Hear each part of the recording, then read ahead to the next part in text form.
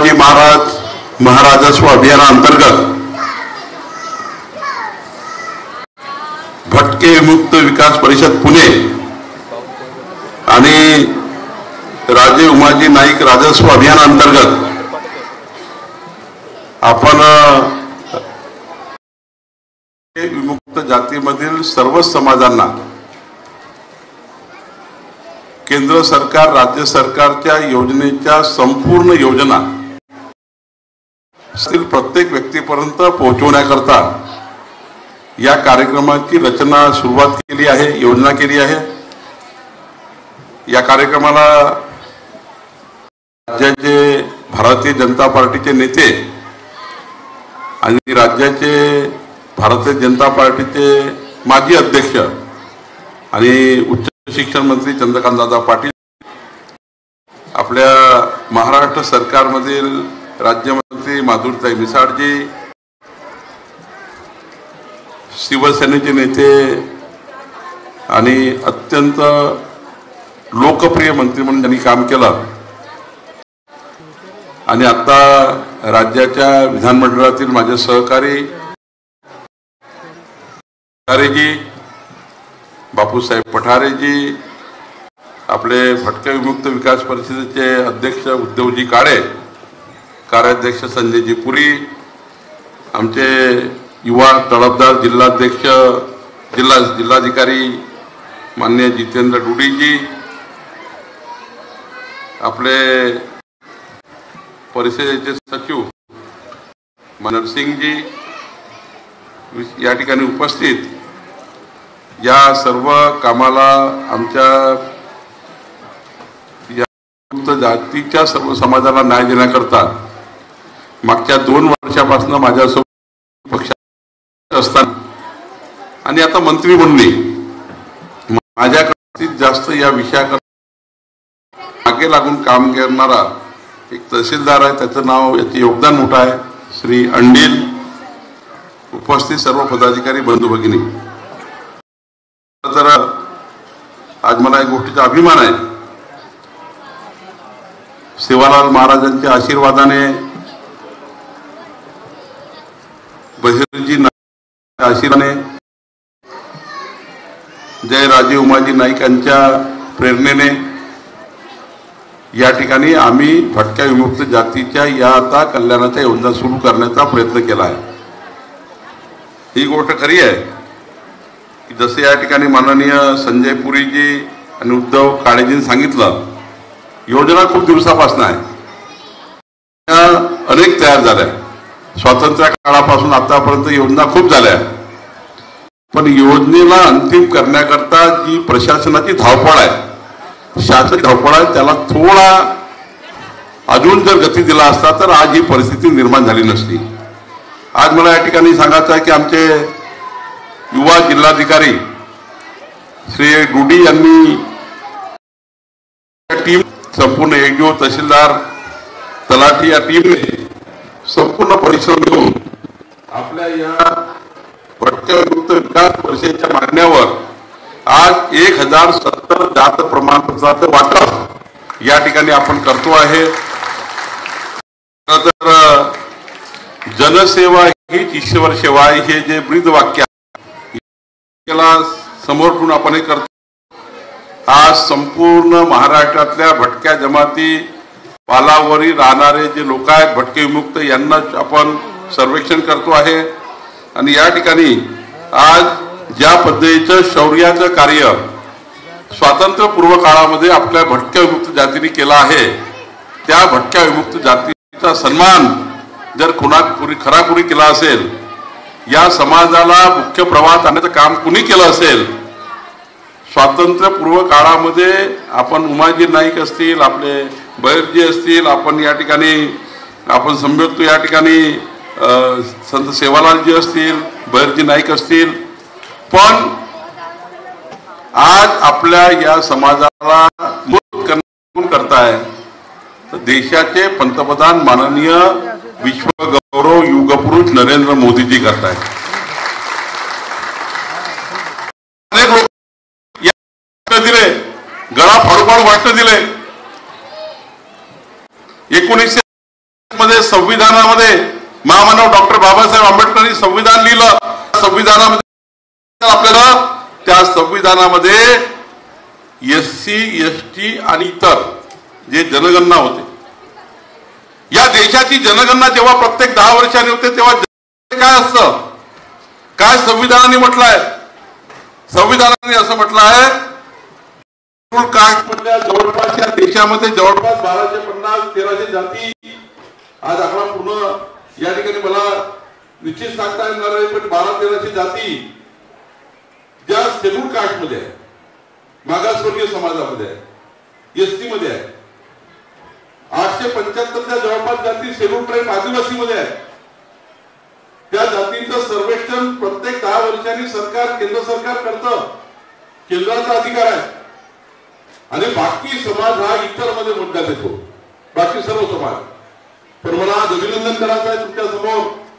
माननीय पंतप्रधान नरेंद्र मोदीजींनी परवा जो ऐतिहासिक आणि सुवर्ण अक्षराने जो दिवस लिहिला जाईल, आज माननीय प्रधानमंत्र्यांनी निर्णय घेतला.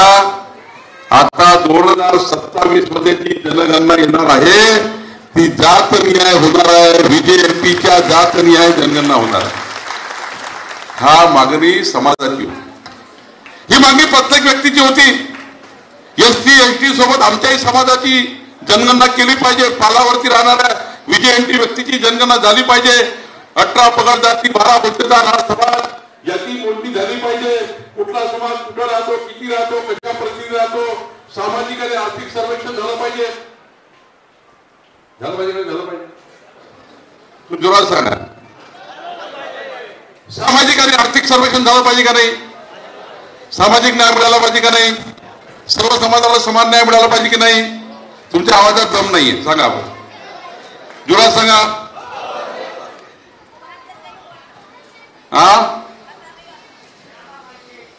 मग माननीय प्रधानमंत्री मोदीजींनी VJNT भटक्या जाती करता जातनिहाय जनगणनेचा हा निर्णय घेतला. एकदा जोरात या परिषदेमध्ये मोदीजींचं अभिनंदन झालं पाहिजे. अभिनंदन ठराव केला पाहिजे, नाही केला पाहिजे? जोरात सांगा. हात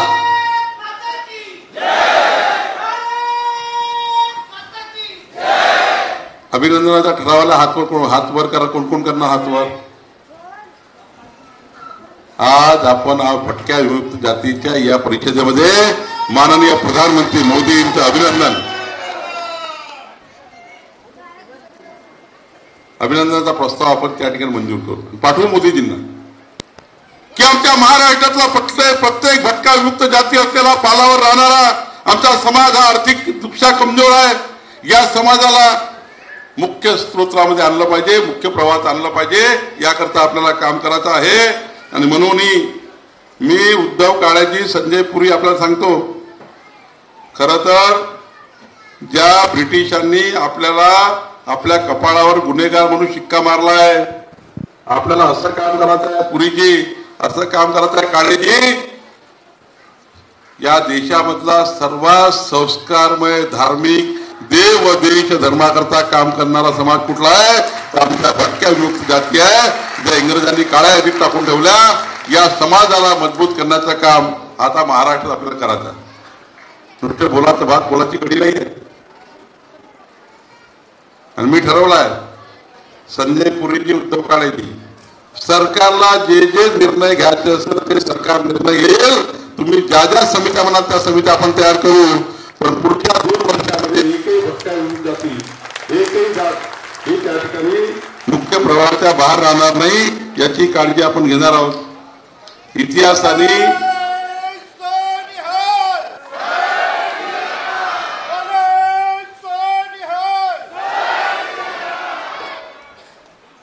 आज या ठिकाणी या राज्याचे मुख्यमंत्री देवेंद्र फडणवीस या विकसित महाराष्ट्राला समोर नेण्याचा प्रयत्न करतात. हे विकसित महाराष्ट्र निर्माण झालं, हे राज्य विकासाकडे गेलं पाहिजे. मोदीजींनी विकसित देशाचा संकल्प केला आणि माननीय देवेंद्रजींनी विकसित महाराष्ट्राचा संकल्प केला.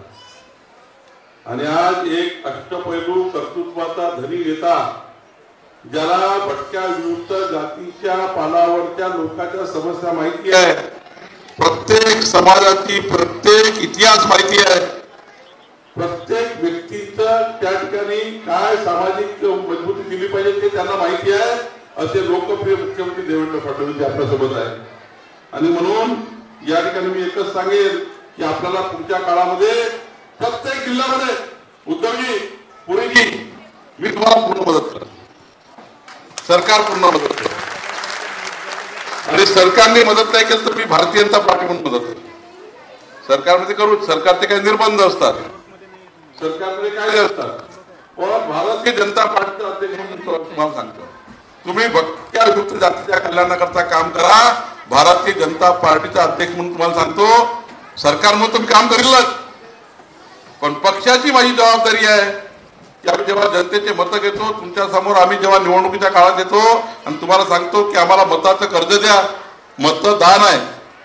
महामानव डॉक्टर बाबासाहेब आंबेडकरांच्या घटनेने संविधानामध्ये मतदान म्हटलं आहे, पण आम्ही लोक देवेंद्र फडणवीसजी हे मतदानासोबत मताचं कर्ज आम्ही समजतो आहे, मताचं कर्ज. आणि हे मताचं कर्ज पुढचे 5 वर्ष इमानदारीनं आमचं सरकार सर्वात चांगलं केव्हा, ज्या दिवशी या राज्यामध्ये एकही व्यक्ती पालावर राहणार नाही, एकही व्यक्ती पालावर राहणार नाही.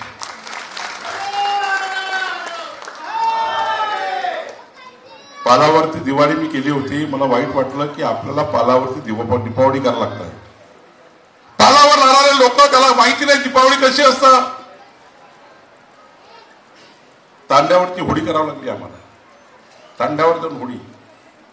कलेक्टर साहेब त्या पालावर बिचारे 4 पाल टाकून तर दीपावलीच्या त्या ठिकाणी काही माहिती, दीपावली माहिती नाही, इतका मोठा सण त्यांना. आपण निर्णय घेतला दीपावली करायचा पालावर, तो पक्षातर्फे केला होता.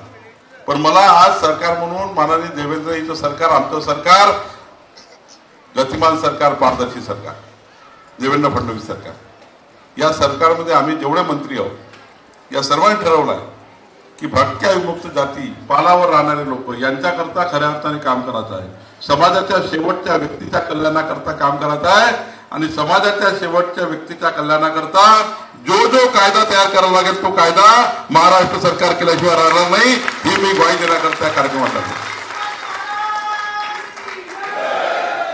आम्ही आपल्या अधिकाऱ्याला सांगितलं आहे, डोडी साहेब, मी सांगितलं आहे सर्वांना, आमचा तलाठी, महसुली मंडळ अधिकारी, नायब tehsildar, EDO, deputy collector, RDC, collector,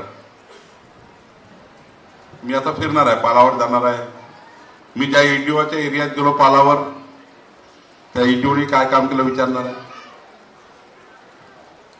मी तांड्यावर जाणार आहे, तिथे विचारणार आहे. मी आता कलेक्टर ऑफिस जाणार नाही, तांड्यावर जाणार, मी पालावर जाणार.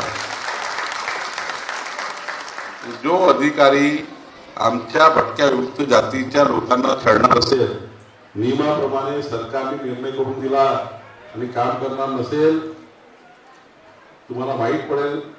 शेवटी आम्हाला कुणावरही अन्याय करायचा नाही, हे काही मोगलशाही नाही आहे.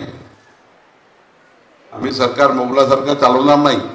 आम्ही सरकार छत्रपती शिवाजी महाराजांची प्रेरणा घेऊन चालवतो आहे. आम्ही सरकार राजे उमाजी नाईकांची प्रेरणा घेऊन चालवतो आहे.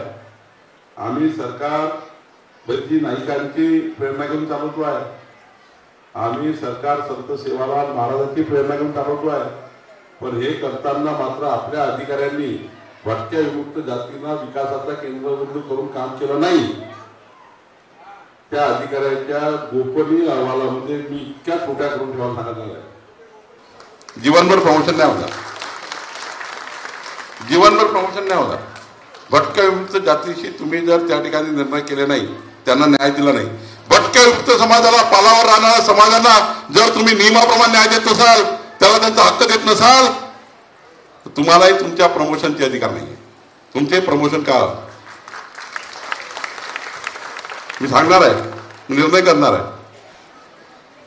मी सहनच करणार नाही. देवेंद्र फडणवीस सरकार सहन करणार नाही. आम्हाला समाजाचं काम करायचं आहे, आम्हाला समाजाच्या शेवटच्या माणसाकरता काम करायचं आहे. घरकुलं मंजूर आहे, घरकुलं मिळत नाहीये, वाटप होत नाहीये. आज मला कलेक्टरचं अभिनंदन करायचं. त्यांनी सांगितलं की मी गायरान जमिनी घरकुलाकरता, प्रधानमंत्री आवास योजनेकरता मोठ्या प्रमाणावर राज्यामध्ये संपूर्ण जिल्हाधिकाऱ्यांनी हा निर्णय केला पाहिजे की राज्यामध्ये जेवढ्या गायरान जमिनीवर प्रधानमंत्री आवास योजनेत जे जे काही घर देत आहेत ते घर देऊन त्याला मालकी दिली गेली पाहिजे, स्वामित्व पाहिजे. मोदीजींनी स्वामित्व देण्याची योजना आणली आहे. प्रधानमंत्री स्वामित्व द्या असं म्हटलंय, देवेंद्र फडणवीसांनी स्वामित्व द्या असं म्हटलंय, कलेक्टरने सांगितलंय की इतक्या लोकांना मी स्वामित्व दिलं. आता तर माननीय देवेंद्र फडणवीस सरकारने आम्ही निर्णय घेतला आहे. आता कालचा निर्णय इतका महत्वाचा करून दिला कलेक्टर साहेब. आता आमच्या घरकुल जे आहे त्या घरकुलाला त्यांची वाळू त्याला मिळावी घर बांधण्याकरता म्हणून आमच्या तहसीलदार सेवकांनी त्यांना घरपोच रॉयल्टी देऊन द्यायची आहे. घरपोच रॉयल्टी आणि त्यावर नोंद करायची आहे कुठल्या जमिनीतून तो रेती काढेल, कुठून रेती नेतील. आज रीती नाही मिळत लोकांना. आणि म्हणून या ठिकाणी खऱ्या अर्थाने आपल्याला पुढच्या काळात प्रचंड काम करायचं आहे. आमच्या या ठिकाणी सर्व जिल्हाधिकारी, आमची पुण्याची टीम यांनी अत्यंत महत्वाचं काम केले. राज्यामध्ये हे आदर्श उदाहरण होईल. हे राज्यामध्ये मी आदर्श उदाहरण म्हणून सांगेल. पण या ठिकाणी कलेक्टर साहेब आपण एक या ठिकाणी आपल्या राज्यातल्या सर्व आपल्या जिल्हाधिकाऱ्यांना या पद्धतीचं या ठिकाणी पुढे नेण्याकरता आपण या ठिकाणी काम करण्यासाठी आपण सर्वांना आपला जो मॉडेल आहे ते पाठवावा. एक मात्र खरं आहे की आता पण छत्रपती शिवाजी महाराज महाराजस्व अभियान हे का म्हटलं आहे. प्रत्येक वर्षात एका महसुली मंडळात एक कार्यक्रम, वर्षातले 4 कार्यक्रम एका महसुली मंडळात झाल्यानंतर लाभार्थी सुटू शकत नाही. एक वर्षामध्ये 4 शिबिर घ्यायचे, एका महसुली मंडळात घ्यायचे. सरकारने त्याच्याकरता पैशाची व्यवस्था उभी केली. आणि मला कलेक्टर साहेब यावर्षी जून महिन्याच्या कुठल्या नायब तहसीलदारांनी कुठल्या तहसीलदारांनी मंडळस्तरीय शिबिरे घेतली त्यांची नावे आणि नाही घेतली त्यांची नावे. तुम्हाला छत्रपती शिवाजी महाराज महाराजस्व अभियानाचं शिबिर नियमाप्रमाणे कोणी घेतले नाही. आणि प्रत्येक शिबिराचा व्हिडिओ रेकॉर्ड प्रत्येक शिबिराला तुमच्या वेबसाईटवर त्यांनी टाकलं पाहिजे. कलेक्टरच्या वेबसाईटवर प्रत्येक तहसीलदारनी त्यांच्या भागातले मंडळामध्ये एक स्वीकारली. आपण एका महसुली मंडळात वर्षाचे 4 शिबिर, 4 महिन्यात एक शिबिर, सरकारी पैसे. आणि हे शिबिर त्यांनी अपलोड केले पाहिजे कलेक्टरच्या वेबसाईट. नाही केले तर कलेक्टर साहेब तुम्ही गोपनीय अहवाल लिहिता, कोण लिहिता? तुम्ही लिहिता ना, विभागीय आयुक्त लिहिता. तुम्ही गोपनीय अहवालामध्ये नोंद घ्या छत्रपती शिवाजी महाराज महाराजस्व अभियान या व्यक्तीने घेतलं नाही. आणि मग त्याचा काय करायचं म्हणून बघू.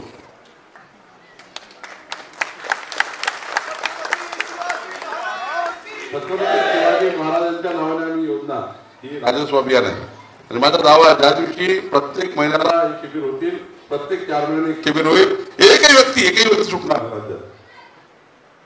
जात पडताळणीबद्दल निर्णय केला आहे. जात पडताळणी समित्या आल्या आहे. आणि आता तर मोदीजींनी तुमच्याकरता निर्णय करून दिला आहे. कशाला घाबरता? 2 वर्षानंतर तर आपला जातनिहाय रिपोर्टच तयार होणार आहे. 2 वर्षांना असा रिपोर्ट तयार होणार आहे. आर्थिक सर्वेक्षण आणि सामाजिक सर्वेक्षण होणार आहे. प्रत्येक समाजाचं प्रत्येक कुटुंबाचं होणार आहे. त्यामुळं तुम्ही जो आर्थिक दुर्बल आहे त्याला मोठं करण्याचं काम या ठिकाणी माननीय मोदीजी करतात आहे. खरं तर मी जास्त वेळ घेत नाही. मला एक कार्यक्रम आहे. महसूल विभागाने आमच्या पुणे महसूल विभागाने भटके समाजातील विद्यार्थ्यांना जात रहिवासी दाखले पहिल्या काळामध्ये 500 रुपये घ्यायचे. कशाचे? Stamp paper.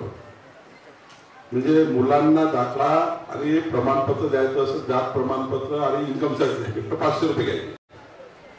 Stamp paper. मी स्टॅम्प पेपर काढून टाकला. आता 1 रुपये लागणार नाही.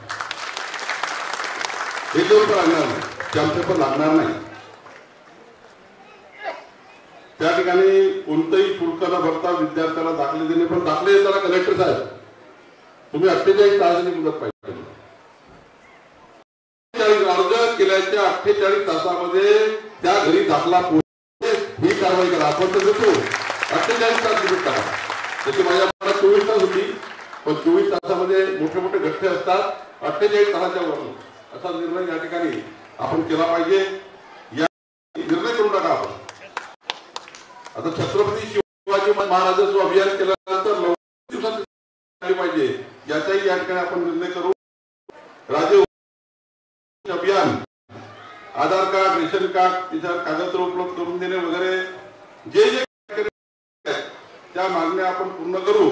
आणि माननीय उद्धव काळेजी आणि संजय पुरीजी, मी अंडीलला सांगितलं आहे तुमचे जे जे काही निर्णय आहेत मी पुढच्या आठवड्यामध्ये एक बैठक माझ्या मंत्रालयात लावतो.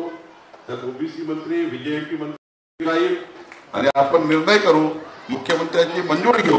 आणि पुन्हा एकदा जे सुटलं असेल, जे झालं असेल ते अभिनंदन. आणि जो नियम तुमच्याकरता करावा लागेल ते सारे नियम महाराष्ट्र सरकार केल्याशिवाय राहणार नाही. एवढंच बद्दल मी आपल्याला देण्याकरता आलो आहे. व्हीजेएमपी समाज आमच्या सरकारकरता अत्यंत महत्वाचा समाज आहे. या समाजाकरता आमचं सरकार समर्पित आहे. व्हीजेएमपी समाजाला संपूर्ण योजना आणि त्या ठिकाणी सर्व व्हीजेएमपी समाजाचं कल्याण हेच आमच्या सरकारची महत्वाची पार्श्वभूमी आहे. आणि हे सरकार संपूर्ण व्हीजेएमपी समाजाला न्याय मिळवून दिल्याशिवाय राहणार नाही एवढंच वचन मी आपल्याला देतो. आणि उद्धव काळेजी, संजय पुरीजी, आपण हे पुण्यातनं सुरुवात करा. राज्यातल्या 36 जिल्ह्यातही तुम्हाला जो मदत लागेल ती मदत मी स्वतः करतो, व्यक्तिगत स्वरूपाने करतो. आपण या ठिकाणी आजपासून निघा आणि या महाराष्ट्रात एकही व्यक्ती या मूळ प्रवाहातून बाहेर राहणार त्याची काळजी आपण घ्या एवढीच विनंती करतो. धन्यवाद.